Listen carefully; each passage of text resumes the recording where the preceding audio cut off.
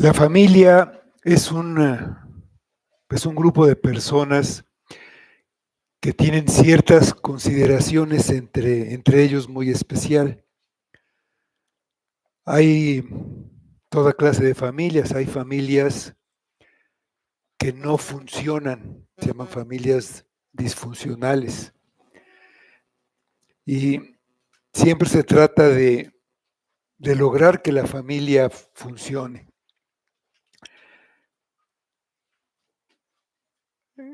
Cuando el que comete una falta contra nosotros es de la familia, pues no se le trata como a alguien que no es de la familia, un extraño totalmente.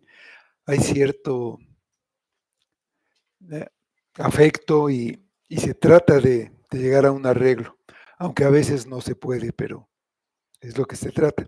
Hablando de una familia, eh, vamos a decir, una familia en que todos son creyentes, es un trato muy diferente entre los miembros.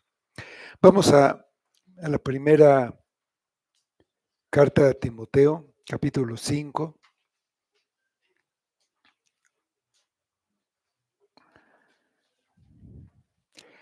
Dicen los versículos 1 y 2.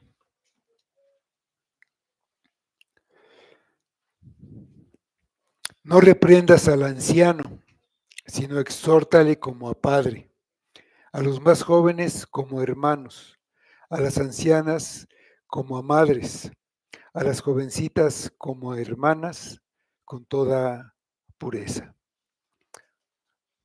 Vamos a orar. Amado Padre, te damos gracias por todo lo que tú has hecho a nuestro favor, por la obra de Cristo y por lo que nos enseñas en tu palabra acerca de la iglesia, acerca de los ministros de la iglesia y acerca de los miembros de la iglesia. Pedimos que nos ayudes, nos guíes y nos guardes, nos lleves a un entendimiento para una edificación de la iglesia de acuerdo a la palabra y que te dé la gloria solamente a ti. Yo pido en el nombre de Cristo. Amén. Bueno, en esta carta, Pablo ha estado instruyendo a Timoteo sobre la manera en que debe establecerse una iglesia y cómo debe crecer y madurar a través del tiempo. Debe tener oficiales, debe tener diáconos y pastores con rasgos de carácter que garanticen un desempeño adecuado de sus cargos. Estos cargos, cualquiera que sea el ministerio, son ministros y se describe como servir o ministrar a la iglesia. Unos lo harán administrando y viendo por las necesidades materiales de la iglesia y de sus miembros, y otros gobernando, supervisando y enseñando. Entonces le está instruyendo qué debe hacer un ministro, cuáles son sus deberes, qué es lo que tiene que hacer, qué es lo que tiene que cumplir para ser un buen ministro. Y aquí, eso que acabamos de leer y lo que vamos a seguir viendo, le dice cómo debe tratar a las personas que han fallado dentro de la iglesia. Un buen ministro de Jesucristo debe enseñar con sus palabras y con su ejemplo, pero no puede limitarse a mandar y a enseñar. Sus deberes como oficial de la iglesia incluyen tratar con el pecado de los diferentes grupos de personas que componen la iglesia. Si Timoteo exhortará, reprenderá, advertirá, consolará y aconsejará a cada cristiano de Éfeso de acuerdo a la necesidad que tenga cada uno. Servirá a las personas en cualquier situación de la vida en que se encuentren, ya sea hombre o mujer, joven o anciano, viudo o casado, siervo o libre, rico o pobre. Al pelear la buena batalla de la fe, Timoteo servirá a toda oveja del rebaño como un pastor amoroso, preocupado y cuidadoso. Solo Dios tiene el poder de transformar vidas. Llama a los incrédulos a salir del mundo, los llama por medio del Evangelio predicado en la iglesia, y el Evangelio es poder de Dios para salvación de todo aquel que cree. Y una vez que llegan a la iglesia, deberían poder ver un ejemplo de vidas piadosas que buscan la santidad, ya que ellos ahora buscan la santidad porque han dejado el pecado del que fueron salvados. Necesitan ver que es posible vencer el pecado que los esclavizaba. Y necesitan ver cómo se hace de una manera práctica. Entonces la iglesia se debería ver en cada uno de sus miembros cómo se va formando Jesucristo. Este era el anhelo de Pablo. Gálatas 4:19. Hijitos míos, porque vuelvo a sufrir dolores de parto hasta que Cristo sea formado en vosotros. Jesucristo formado en cada uno de los miembros de la iglesia es la meta a largo plazo. Sabemos que ese proceso de santificación lleva toda la vida y no se termina en esta vida, pero es el camino, es el propósito y es lo que se va dando en las vidas. Entonces la iglesia debe creer, declarar y proteger el evangelio que no solo salva a pecadores de la condenación, sino que les da vida eterna, les da una nueva naturaleza con un corazón cambiado, un nuevo corazón y un nuevo deseo y voluntad, con una actitud que se manifiesta en querer vivir una vida que agrade a Dios.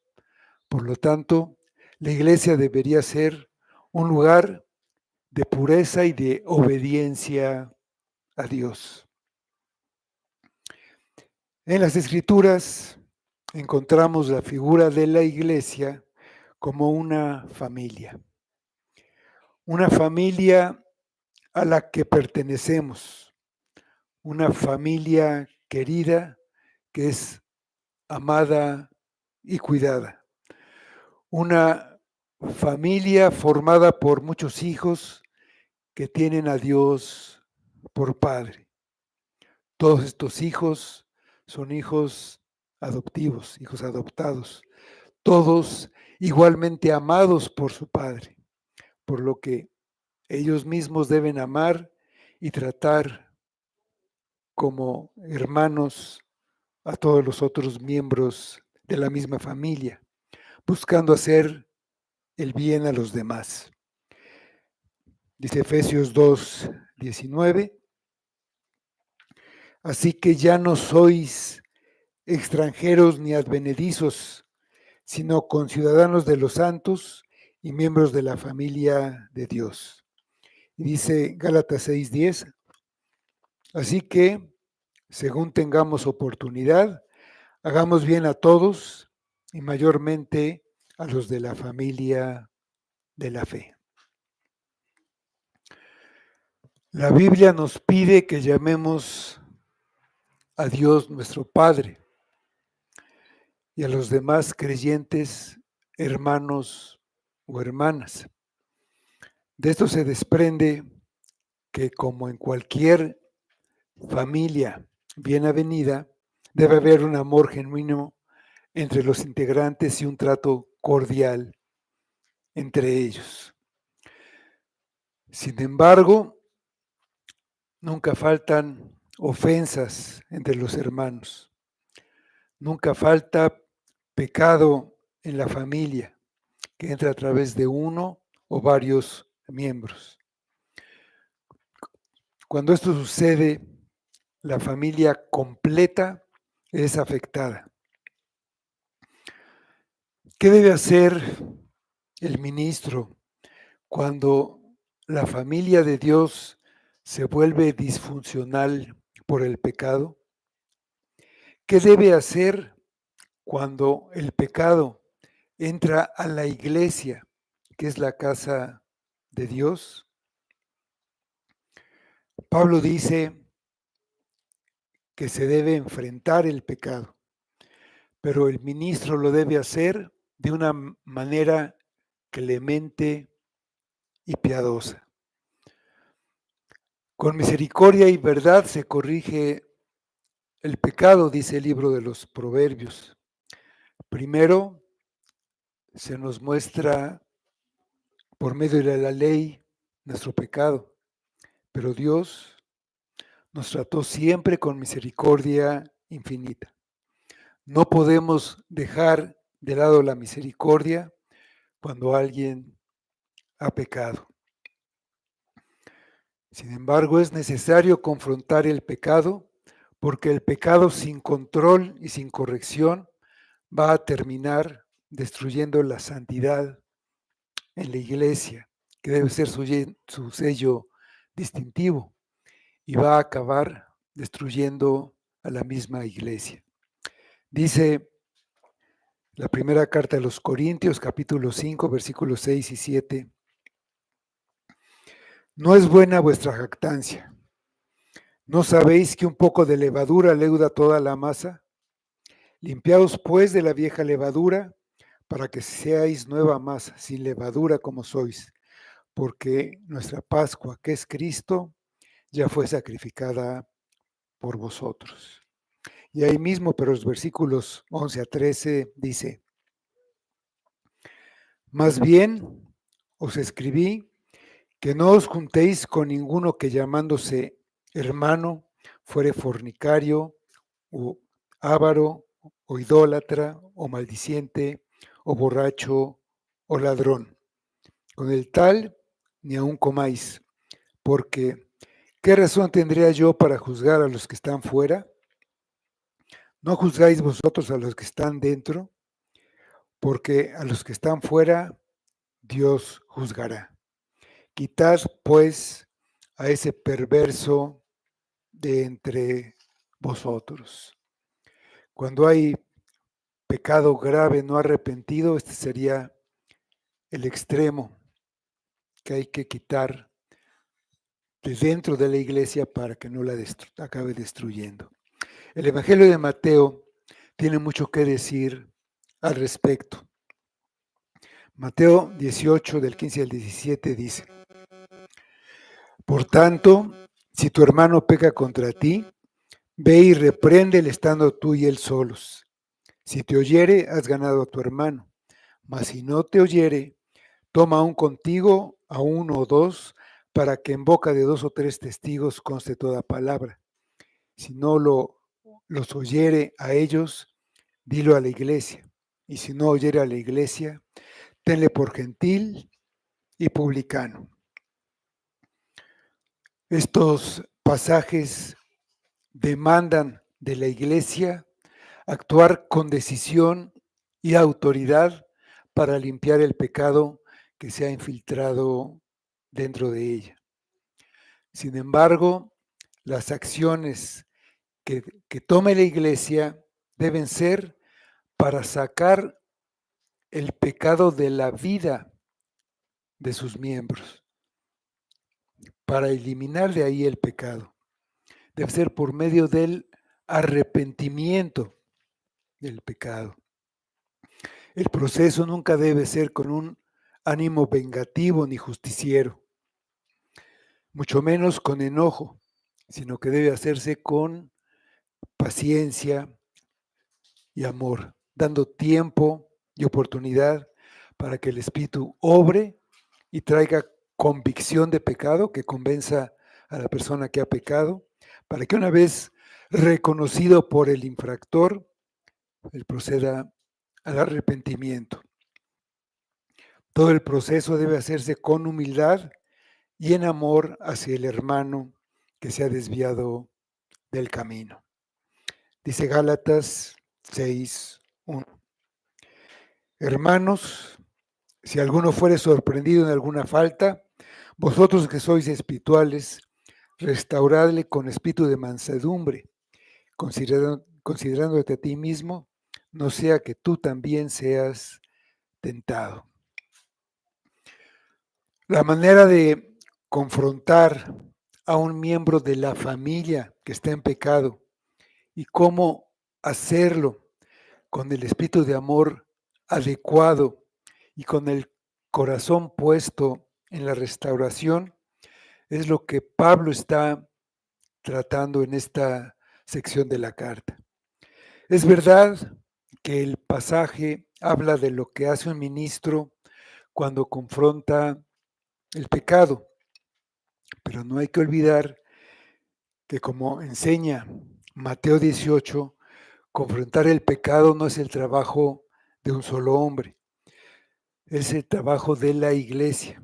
Tiene que convertirse al ir avanzando en un trabajo para toda la congregación. Para abordar el problema, Pablo divide a la iglesia en varios grupos de diferentes edades y por sexo, pero el principio es el mismo para todos. Se reconocen las diferencias y necesidades particulares de cada uno y primero es la exhortación al anciano. Dice la primera parte del versículo 1 de nuestro pasaje: no reprendas al anciano, sino exhórtale como a padre. Aquí la palabra anciano se refiere a un hombre de edad avanzada y no a los ancianos como oficiales de la iglesia, lo que trató antes, que son lo que se conoce como pastores, ancianos, ministros, presbíteros, etcétera. Aunque es la misma palabra, la interpretación correcta es en el contexto. Aquí en este mismo capítulo de Timoteo, 1 Timoteo, en el versículo 20, ahí sí está hablando de pastores, porque dice que antes que trabajan en predicar y enseñar, y dice que si persisten en pecar, ahí debe reprenderlos con dureza, dice el versículo 20. A los que persisten en pecar, repréndelos delante de todos para que los demás también teman. Ese es el caso de un anciano pastor, pero no reprendas al anciano, sino exhórtalo como padre, es de una persona de edad avanzada. Entonces habrá ocasiones en que el ministro deba corregir a un hombre mayor, de edad avanzada, un anciano como se entiende comúnmente. Los pecados pueden no ser los mismos en todas las edades. Hay tentaciones y pecados propios de todos los periodos de la vida. La impetuosidad y la imprudencia de la juventud pues pueden generar en frivolidad. La tranquilidad de la edad puede generar mal humor o una peligrosa confianza en uno mismo. Los jóvenes y los mayores deben aprender a respetarse unos a otros. Los ancianos deben mirar a los jóvenes con esperanza, con simpatía, con afecto, con agradecimiento y no con celos. Y los jóvenes deben tratar a los ancianos con respeto, con reverencia, con sumisión, a sus sabios consejos. Cuando Pablo le escribió a Tito, le escribió de situaciones específicas acerca de las cuales los ancianos y las ancianas tal vez necesiten corrección. Ahí en Tito, capítulo 2, versículos 2 y 3, escribió que los ancianos sean sobrios, serios, prudentes, sanos en la fe, en el amor, en la paciencia. Las ancianas, asimismo, sean reverentes en su porte, no calumniadoras, no esclavas del vino, maestras del bien. Cuando sea necesario hacerlo, Pablo dice, no reprendas al anciano. Timoteo era joven y eso podía hacer una barrera para que él pudiera corregir a hombres que eran pues, mucho mayores que él, pero es su deber. Por otro lado, podía ser un poco duro, un poco severo o muy severo, autoritario, para compensar su juventud. La corrección es una parte necesaria, pero difícil de los deberes de un pastor. Corregir con un temperamento áspero y arrogante hará más mal que bien. Y eludir este deber es una pérdida para el pastor y es un daño al ofensor. Esta parte del deber de un pastor es la que más requiere de precaución y cariño y requiere de mucha oración. Aquí reprender significa, es una palabra fuerte en el original, significa corregir bruscamente, incluso maltratar, tratar ásperamente, censurar severamente. Sería un regaño fuerte y tal vez en público. Entonces, en resumen, el término se refiere a una reprimenda dura o violenta. Debe mostrar respeto y tratarlo de acuerdo a la dignidad que merece su edad. En Levítico 19:32 vemos este trato que manda la ley para hacia los ancianos y dice, delante de las canas te levantarás y honrarás el rostro del anciano y de tu Dios tendrás temor, yo Jehová. Un cristiano que ha pecado no debe ser golpeado con palabras duras. La corrección nunca debe hacerse con un espíritu de ira o amargura. Eso solo servirá a la causa del diablo en la destrucción del hermano errante. Le dará al enemigo un punto de apoyo más fuerte en la vida del hermano pecador. Puede causar amargura y desesperanza en una persona que es tratada sin misericordia ni empatía.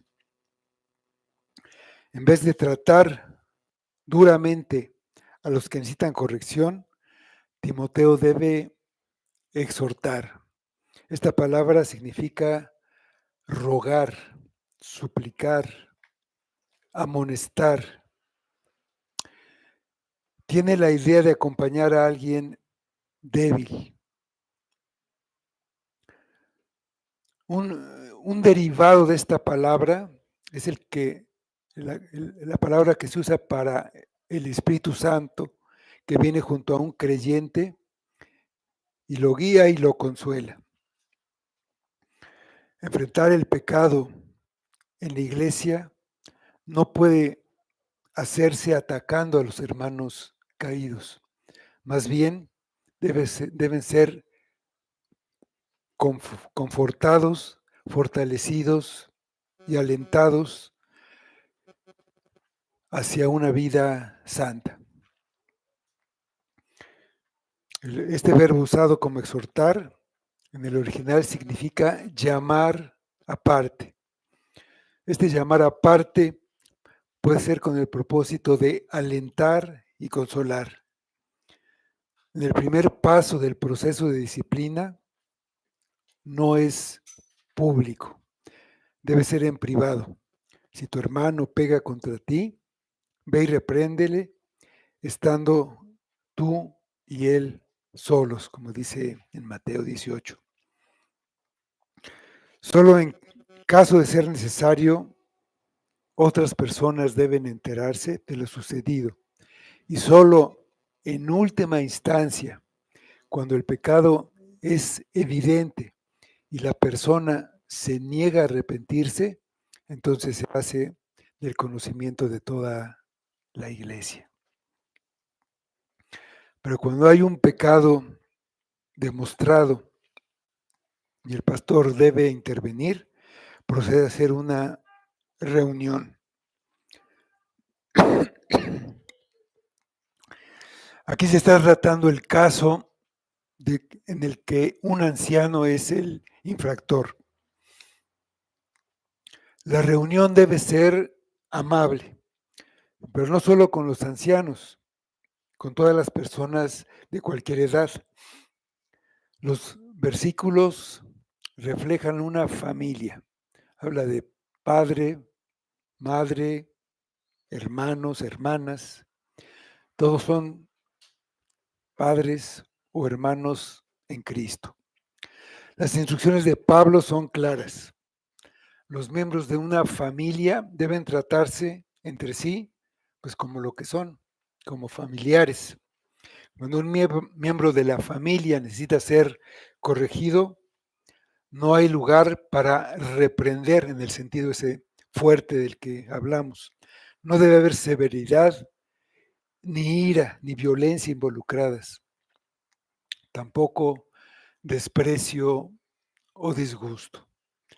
La corrección debe hacerse mediante exhortación, la súplica o el ruego, el convencimiento, basado en la palabra y la petición.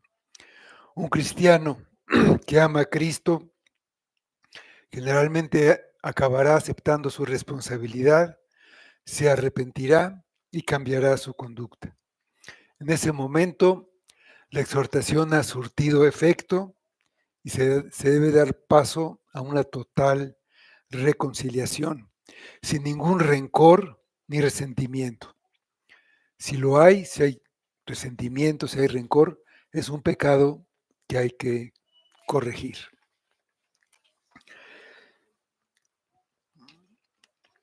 Hay un equilibrio en las instrucciones de Pablo. Por un lado, no se trata de permitir que las personas de edad sigan en su pecado, pero por otra parte, pide que sean tratados con el debido respeto. Timoteo debe amonestar al anciano como, como si este fuera su propio padre. Con cuánta consideración, con qué tacto, gentileza y moderación se trataría a una persona tan íntimamente ligada a él. Entonces, se debe tratar al que ha errado con ese mismo amor, con esa misma humildad y ternura. En nuestra cultura muchas veces se tiene poco respeto a la sabiduría de los ancianos. Con demasiada frecuencia, nuestros mayores son tratados ya como un desecho de la sociedad o como inútiles. Pero eso no fue nunca el caso de la iglesia de Cristo. Los hombres mayores, que son verdaderos creyentes, tienen más experiencia y sabiduría para tratar con la vida. Esto no significa que siempre están en lo correcto. Muchas veces no es así, pero tienen la sabiduría que da la experiencia, por lo que no deben ser ignorados, rechazados o echados a un lado como inútiles. Deben ser tratados como un padre con afecto, respeto y honor. Deben escucharse sus ideas, opiniones, consejo y orientación. Deben de ser parte de la vida y del ministerio de la iglesia. No hay que olvidar que estamos hablando de creyentes.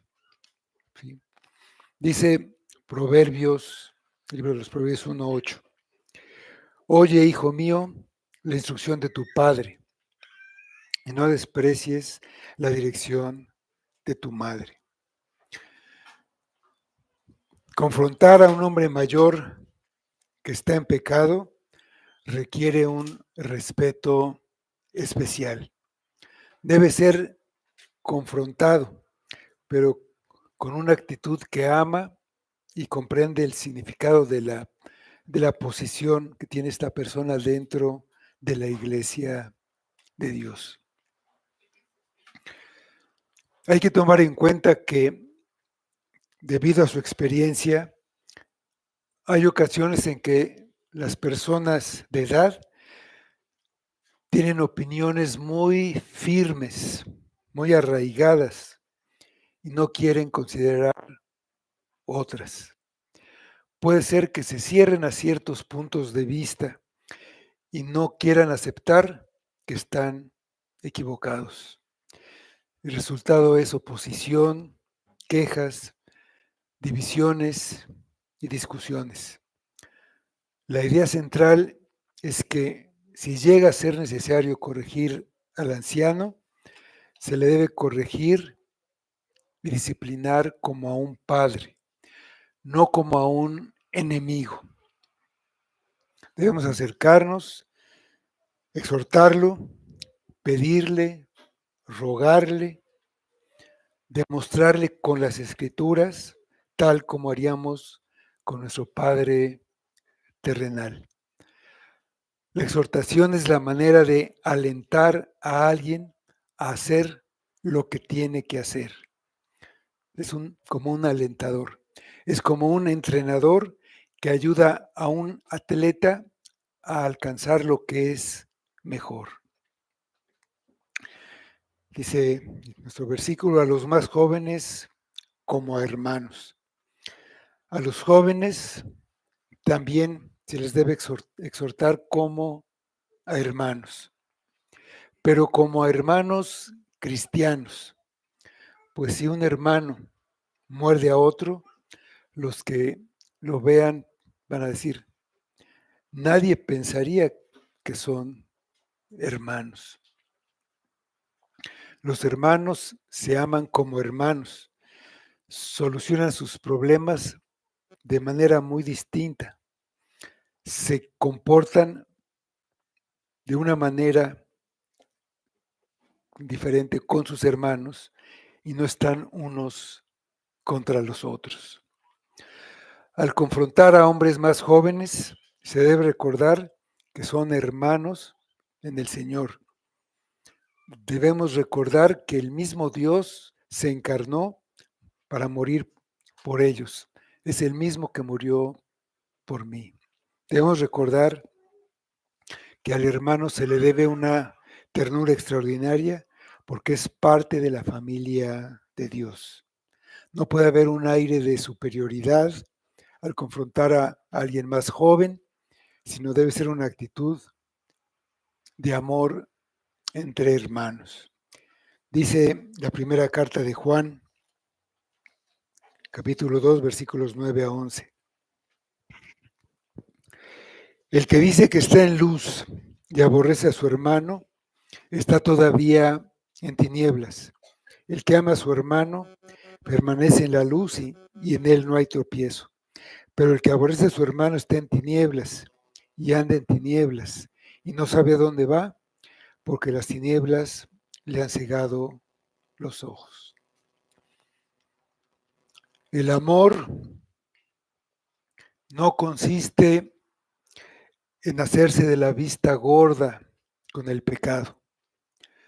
Eso no sería amor. Por el contrario, se debe confrontar el pecado para que sea erradicado y se dé la gloria a Dios. A los jóvenes, entonces, se les debe tratar como hermanos. Un hermano ayuda, anima, apoya y protege.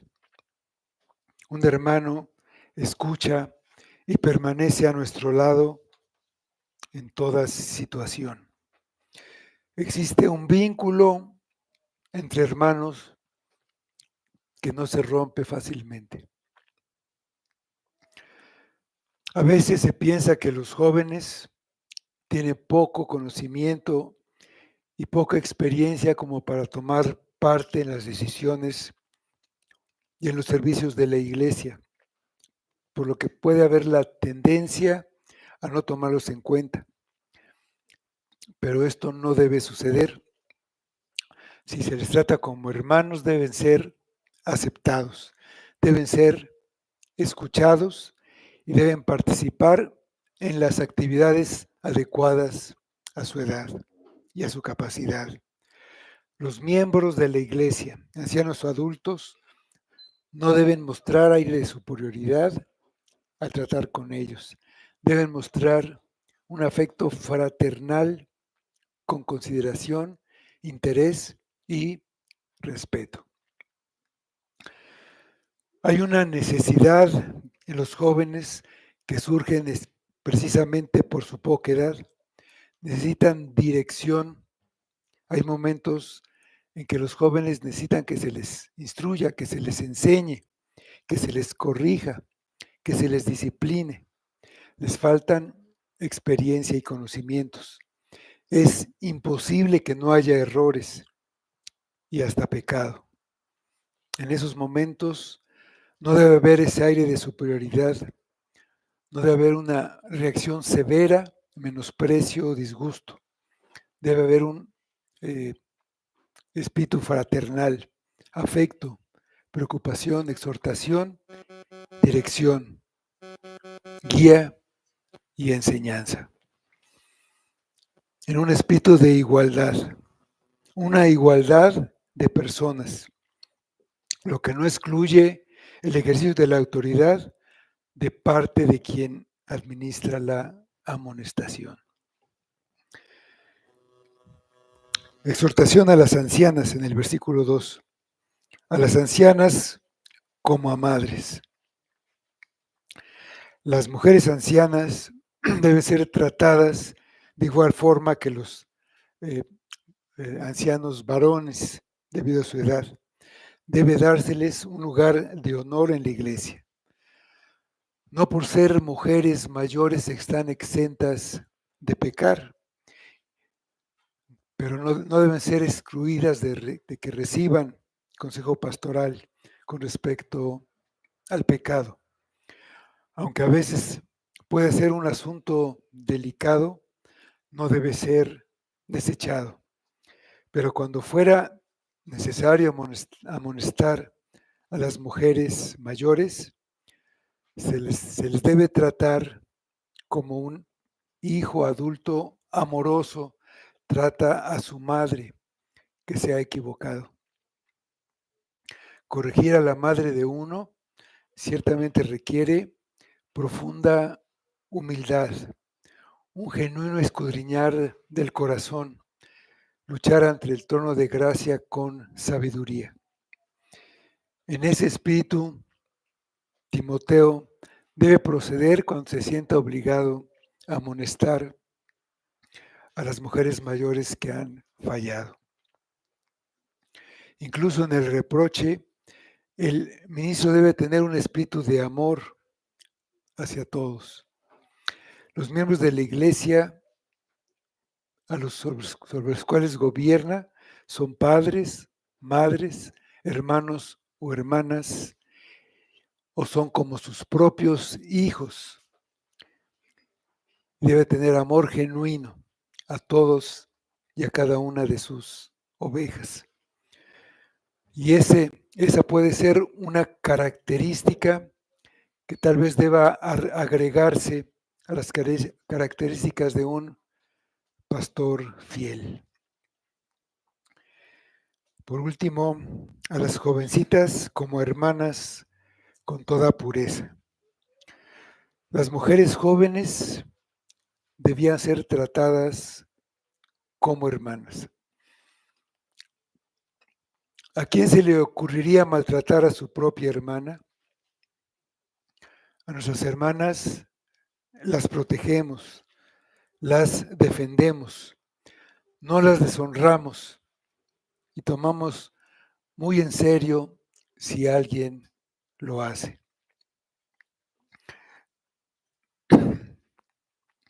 Las mujeres más jóvenes también deben recibir el cuidado pastoral igual que los jóvenes. Necesitan también instrucción y consejo. También está la posibilidad de desviarse del camino. En realidad nadie está exento de pecar y deben ser amonestadas cuando ocurre. La instrucción es que sea como hermanas. Por eso, con toda pureza. Cuando se trata de ayudar a su propia hermana, a veces a vencer alguna falla de carácter, está ausente toda impureza. Se debe tratar a las jóvenes solteras exactamente igual que a una hermana, porque realmente esos son hermanas en el Señor. Como un buen ministro de Jesucristo, se debe dar ejemplo de pureza. Es lo que escribió a Timoteo Pablo, que en 1 Timoteo 4:12. De eso debía ser ejemplo. Dice, ninguno tenga en poco tu juventud, sino sé ejemplo de los creyentes en palabra, conducta, amor, espíritu, fe y pureza.